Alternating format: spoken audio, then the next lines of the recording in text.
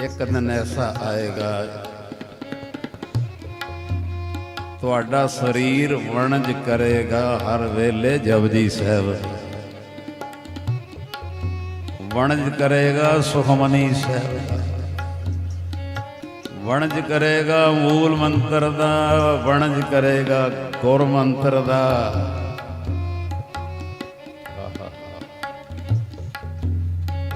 कई रूहां बैठी हैं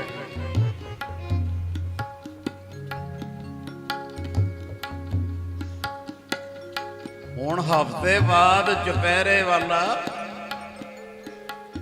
ਕਈ ਉਸ ਤੋਂ ਵੀ ਅੱਗੇ ਵੱਧ ਗਏ